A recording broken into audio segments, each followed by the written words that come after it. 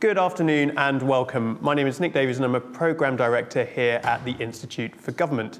On behalf of the Institute for Government and the Productivity Institute, thank you very much for joining us for this 8th edition of Productivity Pitches. And today we are focusing on mechanisms for spreading productivity improvements across public services.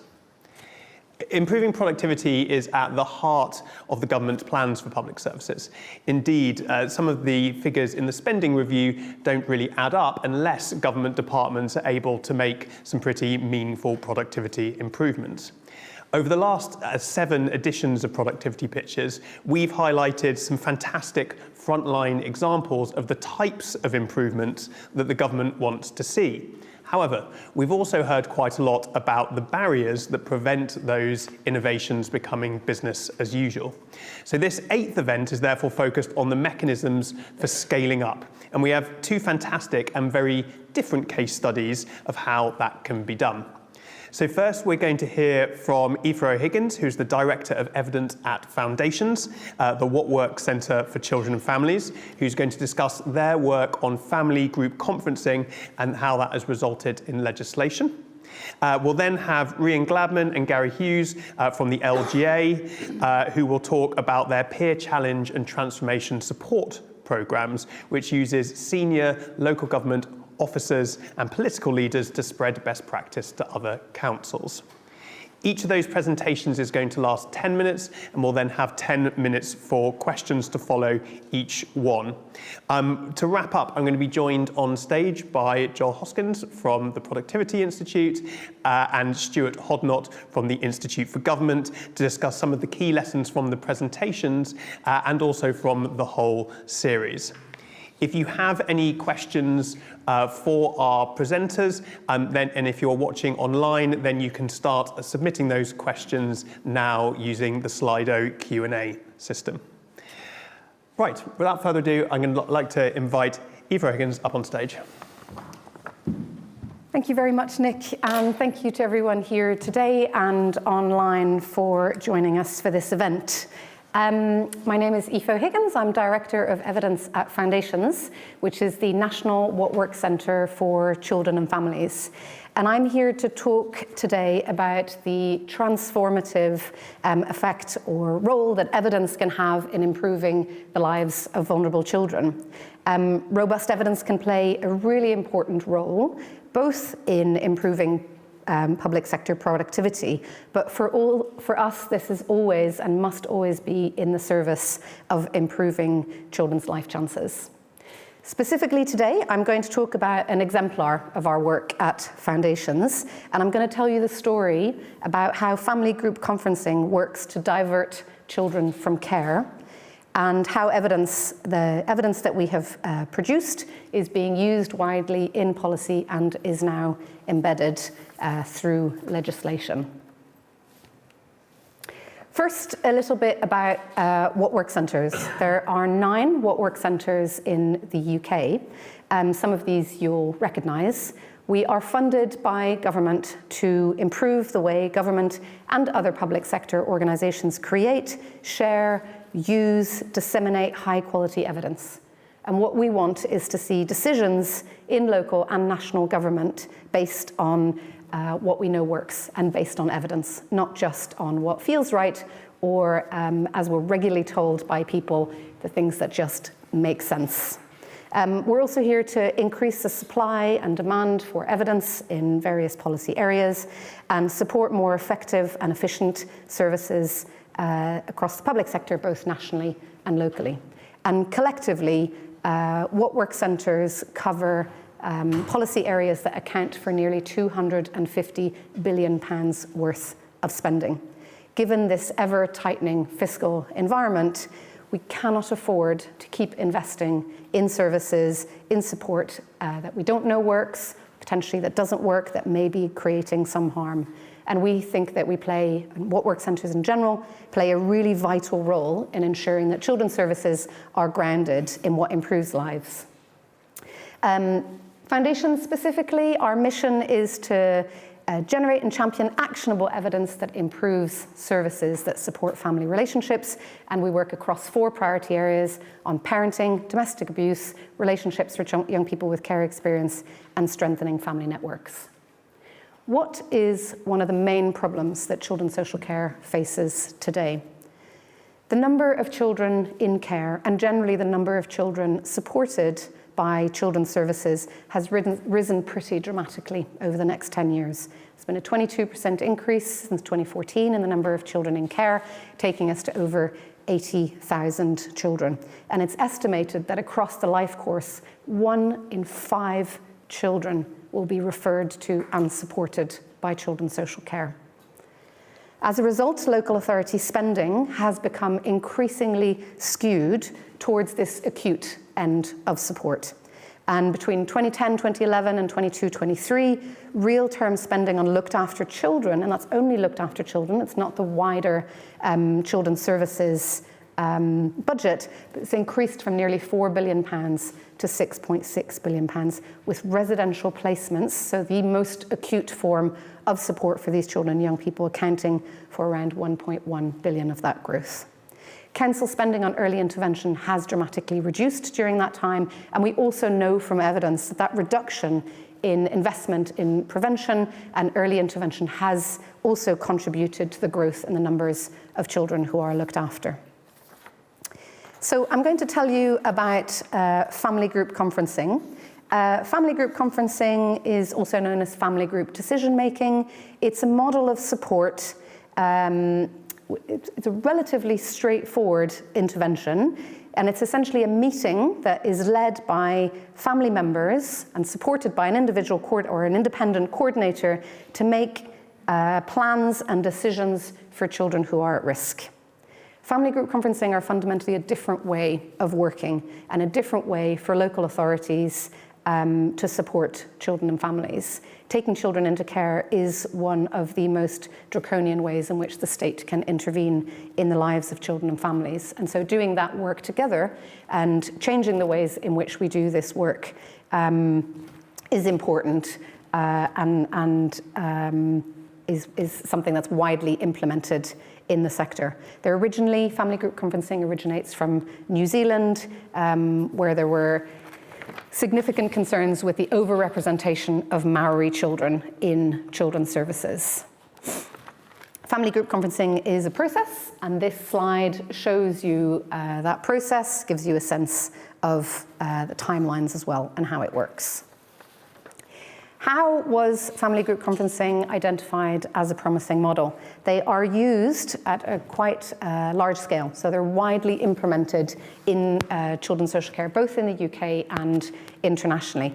And at the time of the evaluation, which was started just before the pandemic, 2019, 30 countries worldwide, the vast majority of which were in Europe, were already implementing family group conferencing. A survey showed that 80% of local authorities had a family group conference service already, and coverage was really becoming more common from 2016-2017.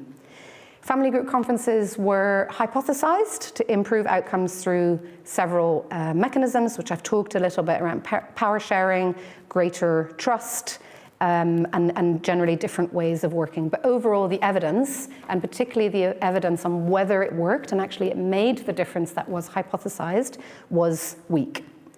The DFE's innovation program, which ran from 2014 to 2020, had included some evaluation of family group conferencing and had revealed some promising findings, but evaluations were either really small scale, lacked control groups, and generally were relatively weak.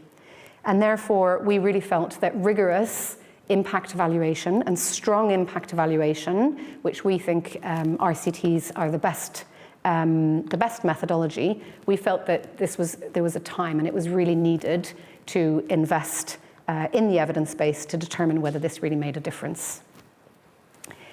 We set up a study, an individual level randomized control trial, which was extraordinarily challenging, which we might talk about a little bit, ran between 2020 and 2022. As a What Works Centre, and this is the way in which we work, we commissioned an approved partner to conduct that RCT. The intervention was delivered by an independent delivery partner. It involved 21 local authorities who were funded by DFE to implement family group conferencing. And we analysed data on over 2,500 individual children in nearly 1,500 families, making it the largest known trial of family group conferencing in the world. Our research questions were based on whether it was effective in terms of whether FGCs can be effective in diverting children from care, whether children who went into care had more stable placements, how long they were likely to be in care, whether they would go to court, and importantly always, families' experiences of going through family group conferencing. Overall, we found that children who had been referred or whose family had been referred to family group conferencing were significantly less likely to go into care. This was an enormously exciting finding because it's extraordinarily difficult to find effective interventions that really make a difference to children and that divert children from care. We found they were less likely to be looked after. If they did go into care, they were looked after for shorter periods of time, and they were also less likely to have care proceedings issued. We estimated from there that if FGCs were rolled out nationally, 2.2K fewer children would go into care within a 12-month period, and that this could save the taxpayer over £150 million within 2 years. This strong evidence base for family group conferencing has contributed to family group decision-making, which is a broader umbrella term for the approach being a central pillar to the DFE's children's social care policy, for example, the Families First Partnership Programme. The evidence has supported a change in legislation. So the Children's Wellbeing and School Bill is suggesting or offering to mandate family group decision-making at the pre-proceeding stage, which is a very particular stage in a child's journey. And the findings of this study have been instrumental. Both the fact that we had evidence and the fact that we had robust evidence has been instrumental in convincing Treasury to unlock significant funding in family group decision-making and other preventative measures. I am running out of time, and I want to make sure there's appropriate time for questions. This is just to give you an example of the ways in which the evidence has been taken up by local authorities. It's not just about saying, go and do family group decision making. It's about giving local authorities the power to make the right decisions for children in their local areas and to think about the needs of local children and how these interventions can support those children. So in this example, for example, Greenwich was really keen to enhance children's networks, community and family networks, to provide alternatives to care. And family group conferencing provided a really effective mechanism to do that. And Greenwich was able to make some savings that they reinvested into the ways in which services are organised for children. To make sure that the findings of the RCTs can be realised, we work extraordinarily closely with government and policy, making sure that national guidelines are in line with what the evidence says. We work very, very closely with practice and our local authority partners to make sure that they're aware of the evidence, that they understand implementation, which is the key to realising the potential of evidence in practice and policy. And finally, it's really important to keep building on these evidence gaps. Does family group conferencing work at other stages in a child's life or journey in local authorities? Are children all getting access and equal access to family group decision making? And Foundations continues to invest in the evidence base to make sure that we keep building on this evidence and we make sure that all children have access to high quality support and family group conferencing from their local authorities. Thank you very much.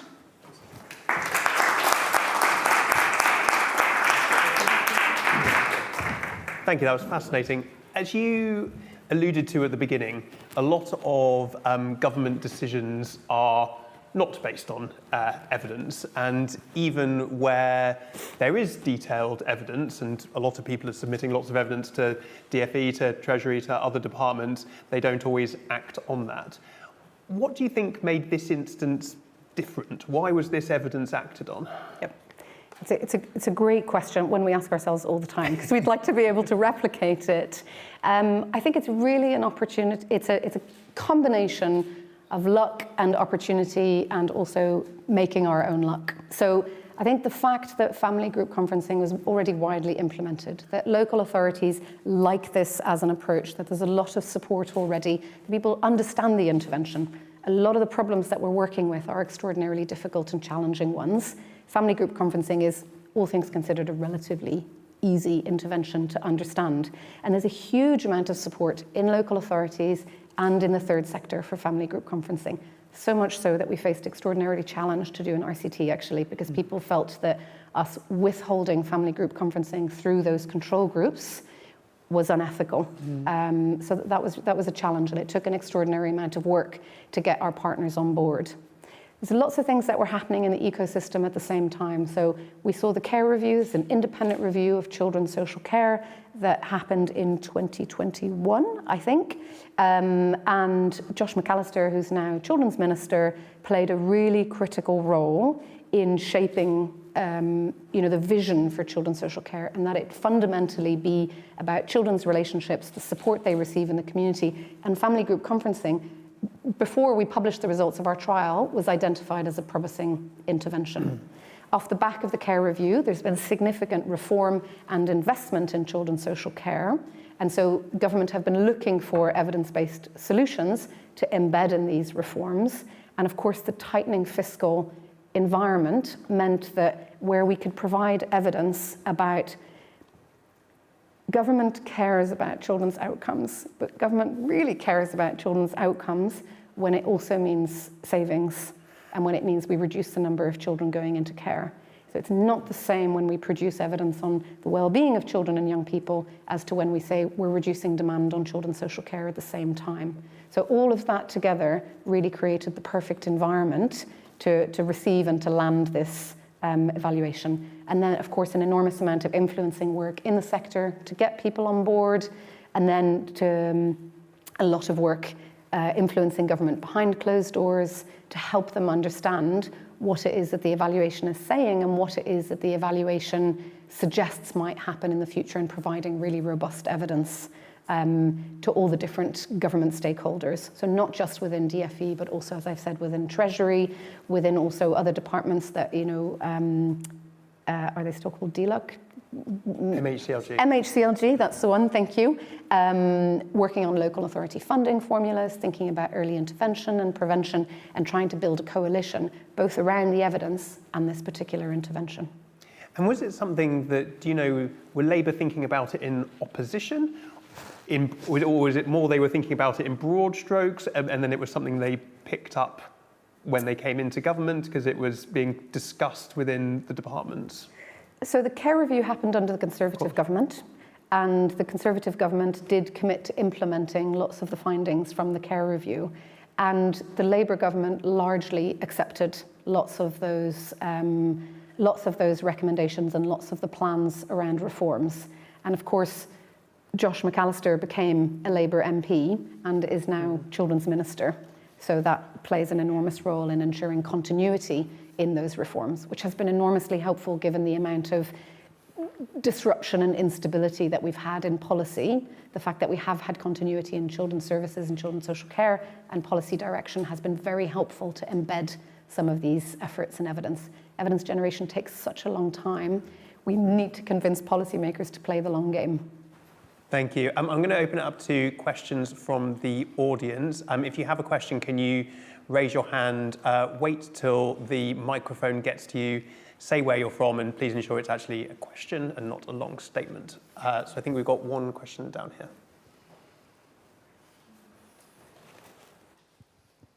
Rhian Gladden from the LGA, really interested in what you were saying about setting up the RCT, and I wonder if you could just share a bit more about what you've learned through setting up the RCT in this particular service area.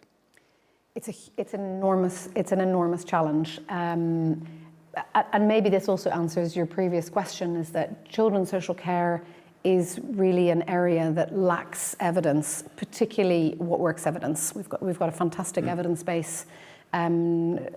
in children's social care, but as it concerns impact evaluations and really understanding the effectiveness of interventions, we've got a very shallow evidence base.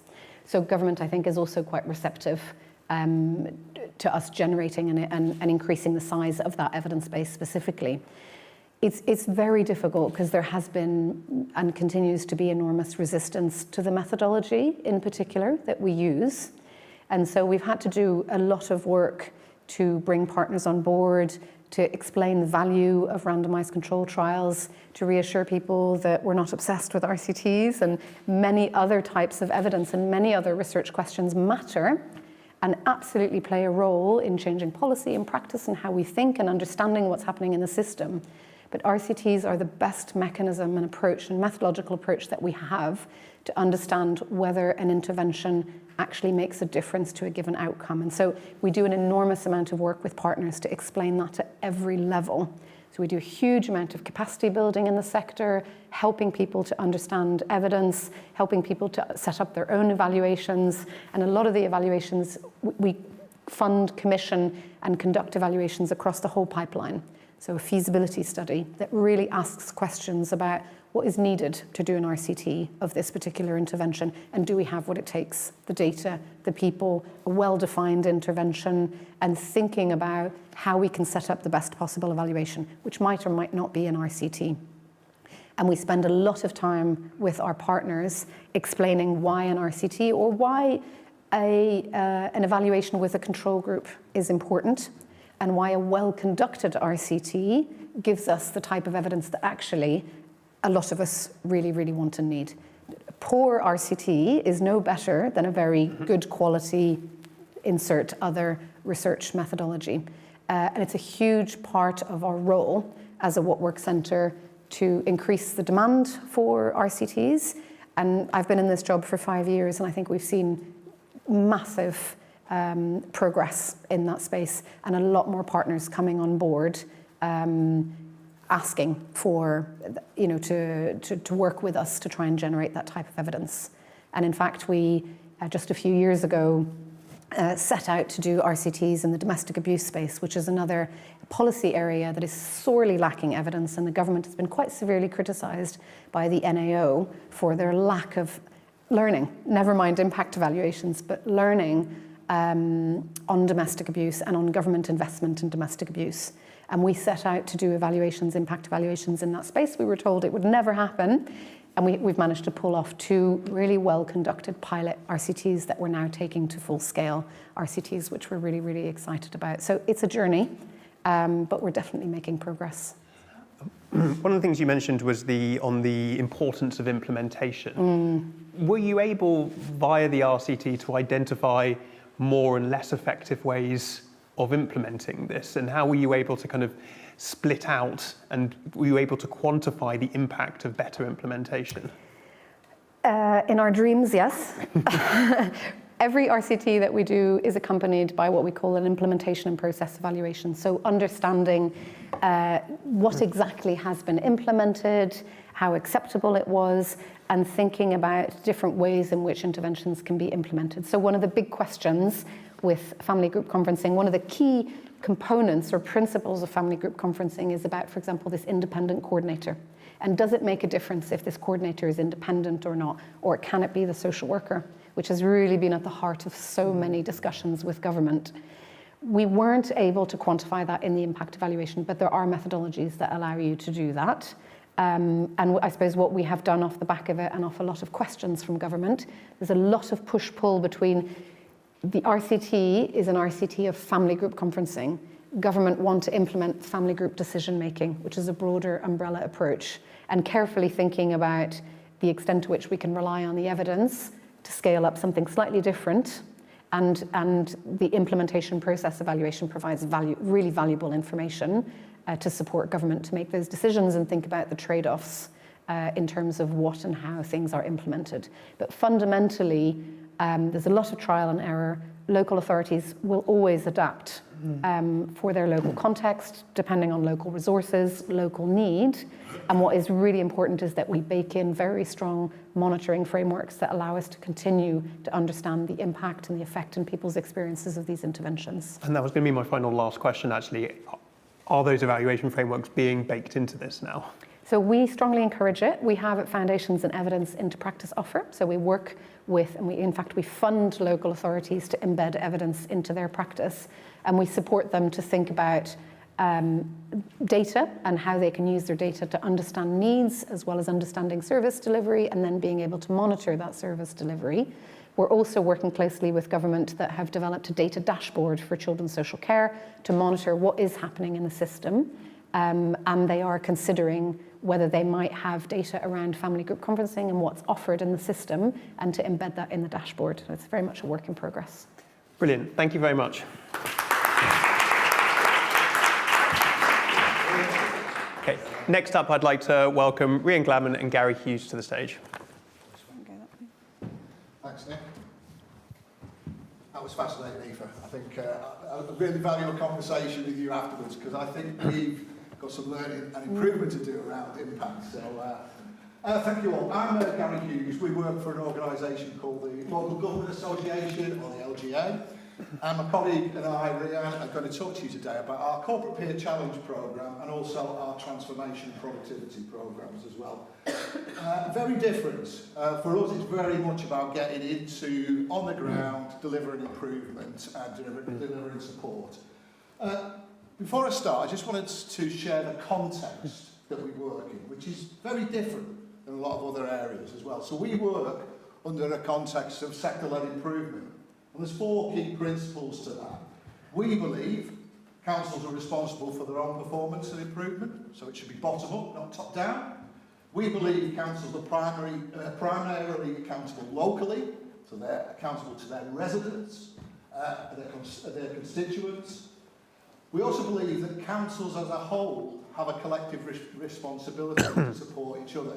So if one fails, they all fail. And again, building that over the years has been challenging. And the LGA's role is really to have that oversight and those tools to enable that to happen. And we do that, and Nick mentioned this earlier, and we do that through a range of sector support offers, as we call them.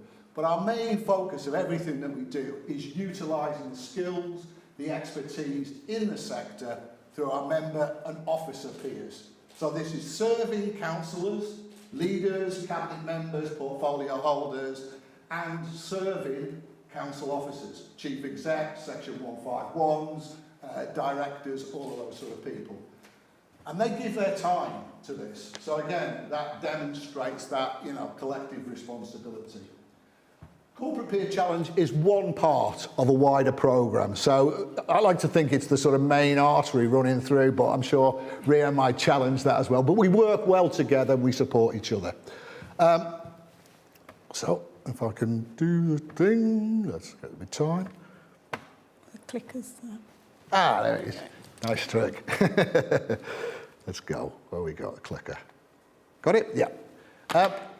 We also, as well, offer this support of different layers. So we'll all know about intervention in local government. Several councils have been intervened through the best value processes. So we still support councils in that space, even though they're being intervened. So in that intensive support, we'd be in there. We'd be supporting them. Also, there's plenty of councils who are at risk of failure, financial failure. Again, we're in there. But also, it's really important for us in that prevention space. So we're in there and we offer a universal offer. So every council is entitled, it's funded through MHCLG, to have a corporate peer challenge every 5 years. And we're now seeing that as a normal part of their business processes, business improvement as well. So what is corporate peer challenge? As I say, I won't go through all these slides, so we'll leave them with you. But every 5 years, councils come forward and say, we want a corporate peer challenge. We've now been running this for 15 years next year, and we're seeing councils coming through in their 3rd or 4th. So now they're really starting to plan this in.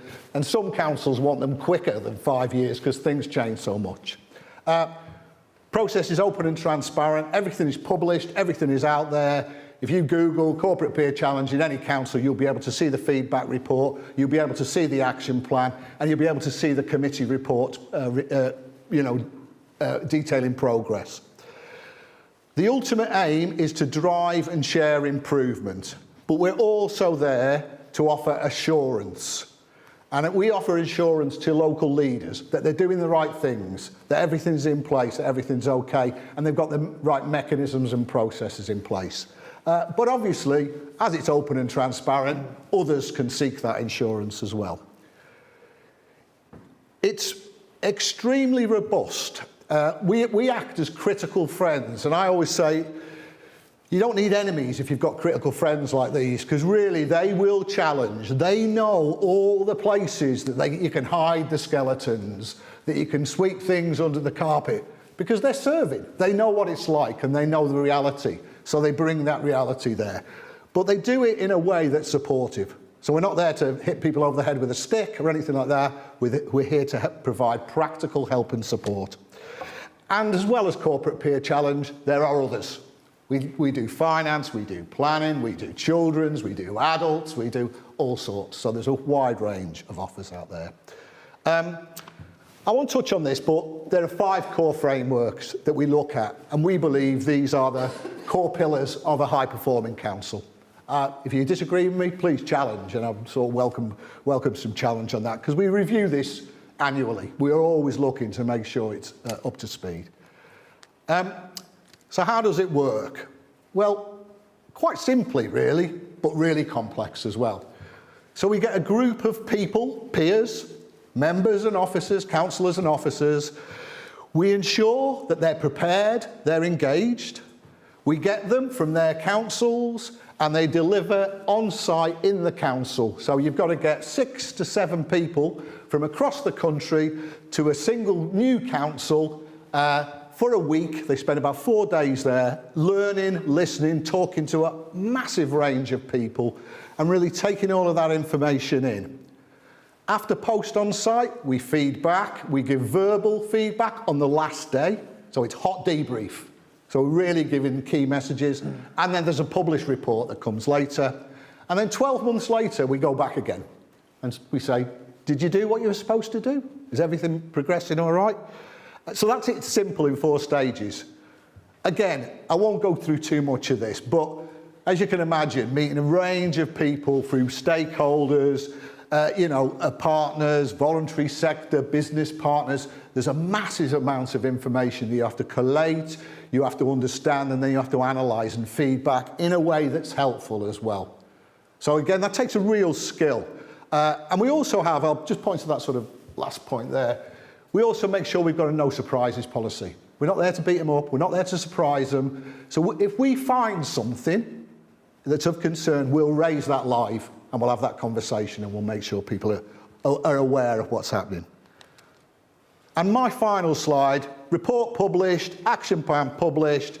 We take the themes that we're hearing from Corporate Peer Challenges, feed them into the LGA so that our policy and our lobbying can affect that. And then we also hand over the baton, which is a lovely segue to hand over to Rian, who will pick up some of this stuff that we identify in the Peer Challenge that needs other support and other improvement. Brilliant. Thank you, Gary. Okay, so our transformation offer to councils is made up of 3 key pillars.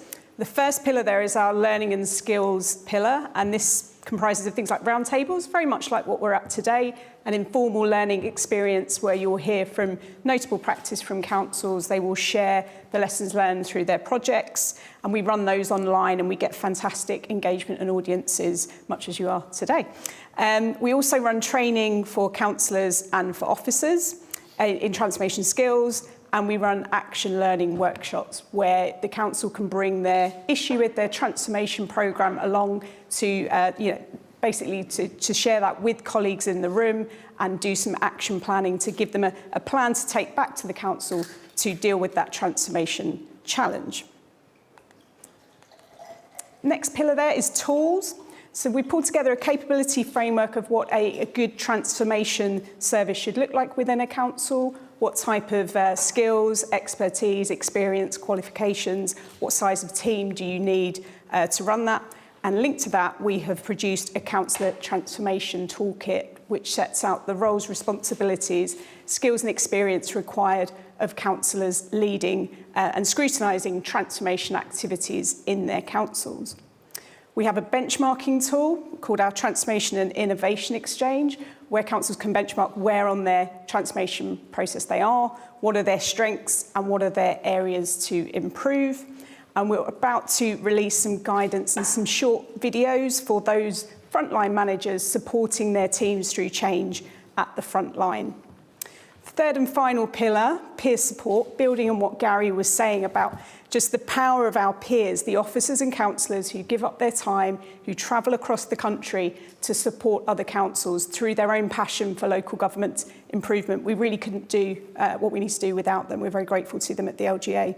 So we have a series of experienced officers and councillors in transformation, and they're our peer pool, and we bring them into teams to go and do more bespoke, intensive support work in councils. That's our Transformation Partners programme. And if councils need a bit more sort of one-off, can you look at this strategy document for me? We have our transformation peers, and that will just be a 1 or 2 day assignment.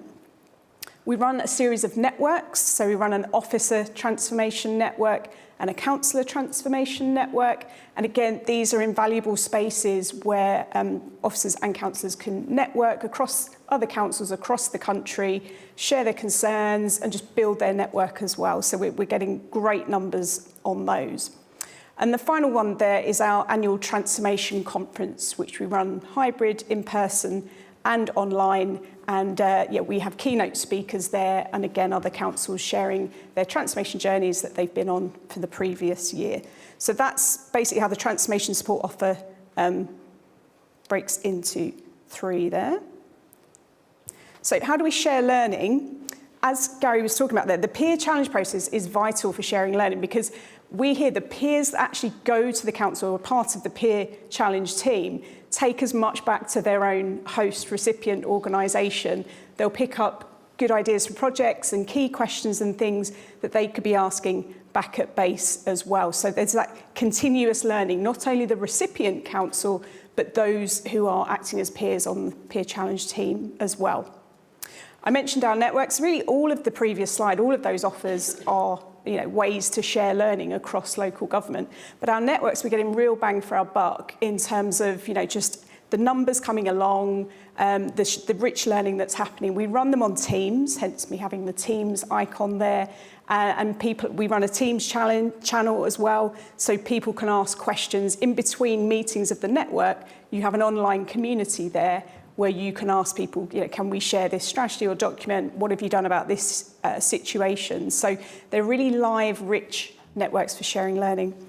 And my final image there is of a round table. So the round tables, again, are vital for sharing learning. And, people who are particularly, ask great questions on the round tables, will invite them back to share their learning and good practice as well. So, lots of different ways that we're sharing learning at the LGA across the sector. I won't sit back down, we won't keep moving around, but how do we measure impact, Gary? This one's you. Not quite as well as Aoife does, so I think that's our learning there. But we certainly try, don't we?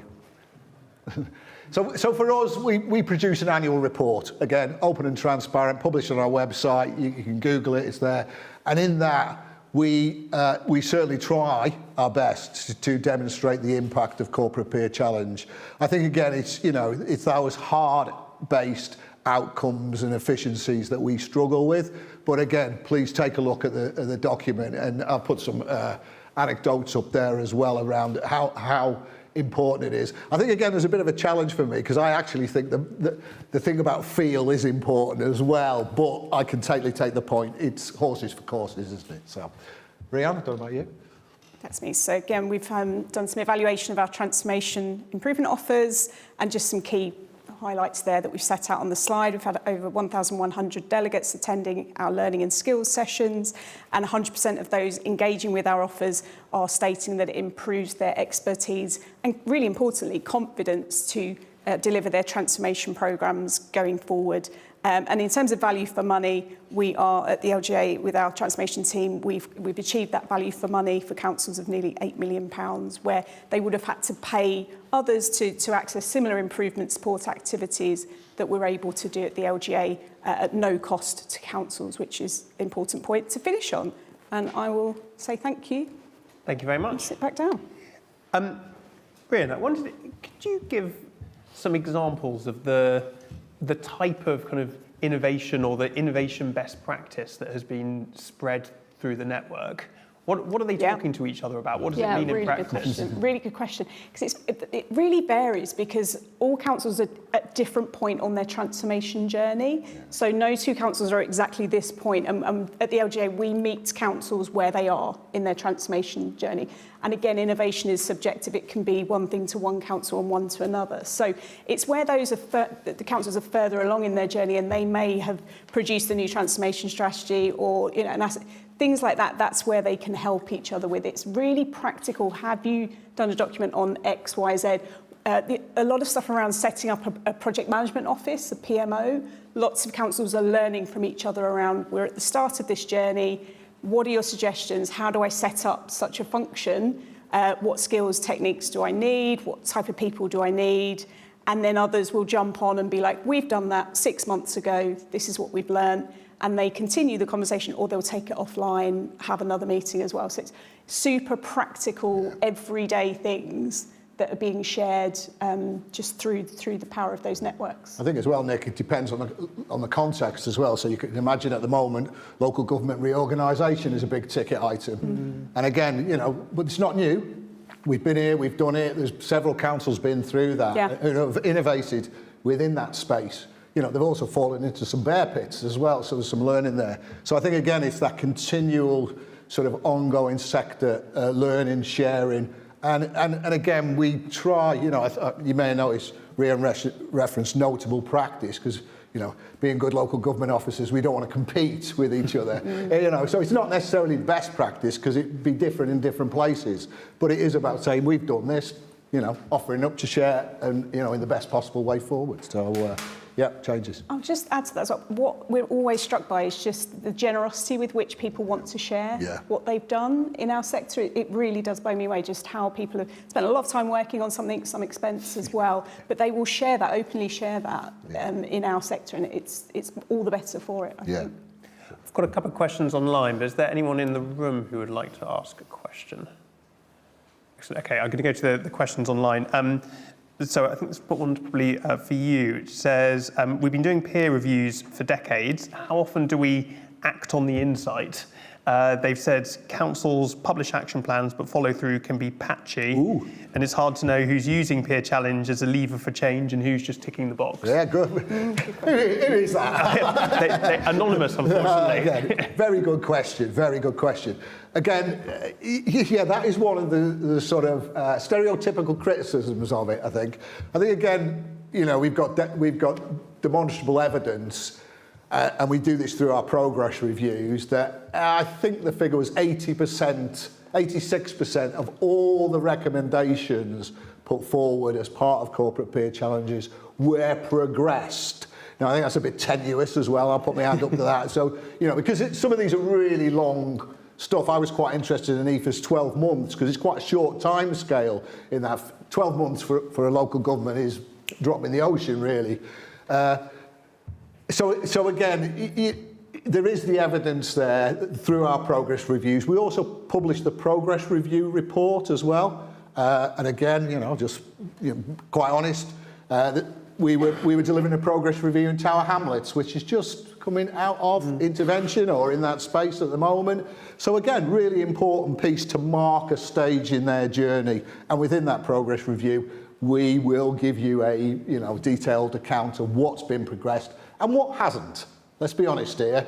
And I think, again, you've got to remember, and I sort of touched on this as well, there's not just us holding councils to account as well. So our colleagues in government, MHCLG, also use peer challenge reports as a key tool when they're out visiting councils, when they're out, talking to people. So there is a much stronger system available now that does hold councils to account. It's not perfect, it would say it would be. But we do feel confident now that it is getting gripped. We do have the evidence. I think for me, I'm really keen just to see how we can better demonstrate that. And from that question, I think we need to. And one more question, possibly for both of you, also anonymous, I'm afraid. That's all right. They've said, thinking about the other end of the spectrum from innovation, what can be done with a failing council that requires intervention? Can the most innovative councils support them, or is this a luxury for a council that simply needs stabilising? Yeah, so, wow, good question. That's a good question. So I think the answer is yes. I think it's complex. It's difficult. I think we were just talking about this earlier, Nick, weren't we, about the current best value process, the current intervention process is far from perfect, let's be honest, and there's work underway to improve that, so that's really welcome. But we've seen examples where, I'll use Thurrock, and again, Thurrock is still in that journey, so it's not out of it yet. But, the Chief Commissioner there was the Chief Executive of Essex County Council. And that was clear, demonstrable leadership that the leader of the council, first of all, released his Chief Exec, so was committed to supporting a neighbouring council. But that Chief Exec also was able to support them as well in terms of that journey. And it's still continuing there. Gavin Jones is still the commissioner there, although he's not the Chief Exec of Essex anymore. And they have a managing director in there. I think we're in a real space at the moment where we're thinking about how we can improve that. I gave that slide about the sort of levels of support, and we're really keen to get into that sort of harder-edged interventionist support. But we'll say we are not inspectors. We are of the sector and from the sector. So it's a slightly different role there. But I think the sector can play a much bigger part than it does now.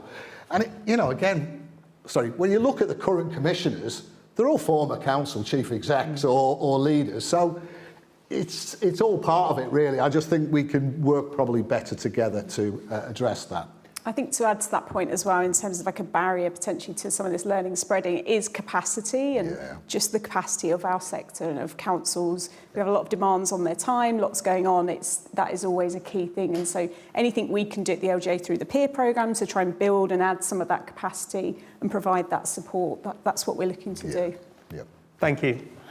Yep. Thank you. Right, I'm going to welcome up onto the stage Stuart Hodnott and Joel Hoskins. Good questions. Very good. Very good. So I'd like to start just by picking up on some of the themes from the presentations we've heard today, and then maybe think about some of the wider lessons from the series. So first, I was struck by kind of two very different mechanisms for change, the sort of the top-down mechanism versus the kind of the grassroots up. And I wonder if either of you have reflections on the kind of efficacy of those approaches and where those are more appropriate or less appropriate and how they can be combined together. Yeah, I think the first and possibly most important thing to say is that these two approaches are complementary, very strongly complementary, because what you need really is evidence on what works. Yep. But you also need evidence on what it takes to make it work. One of the things we absolutely know from the kind of economics literature is that just adopting a piece of technology is not enough. You also need to make investments in all kinds of organizational routines and skills and digital infrastructure, all these kinds of things, and iron out all the kind of kinks before you can really get productivity from these interventions. So I would say that the two approaches that we have here are very, very, not just slightly complementary, they are perfectly complementary. They're both completely necessary. Sure. Yeah, I'd agree with that. I think there's a few sort of different contexts in which each approach is more or less useful. I think the foundations approach, the RCT, heavily evidence approach, is very useful when you have a clear problem that you're trying to solve and a clear outcome you're trying to achieve. In that case, reducing the likelihood that a child be taken into care.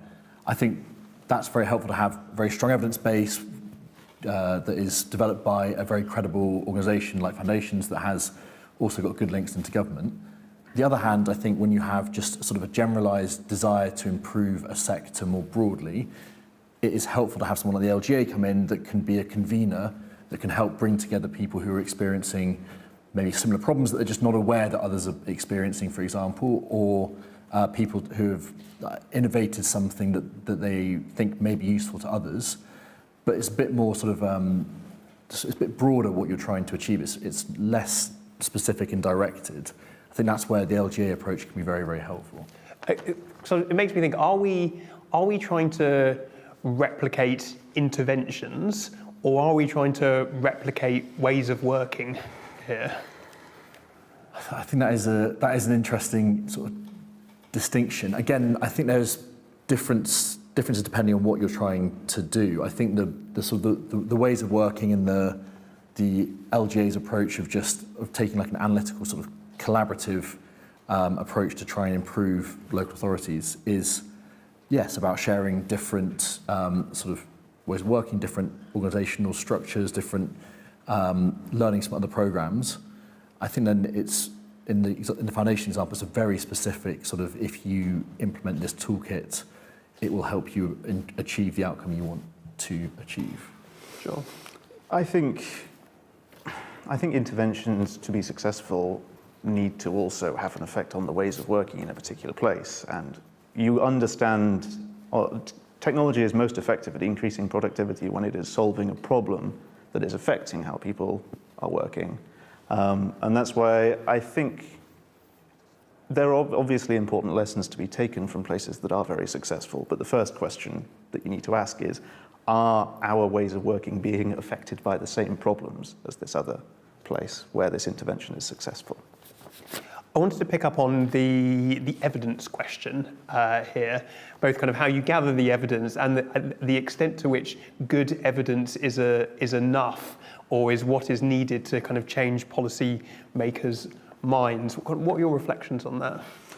I don't think it is enough. I think it is the absolute first step is to be able to learn from these successes and learn from your own organisation as to what your problems you're facing. But you also need to be able to kind of implement the changes successfully. That requires a kind of good relationship between the managerial staff and the kind of practitioners within an organisation.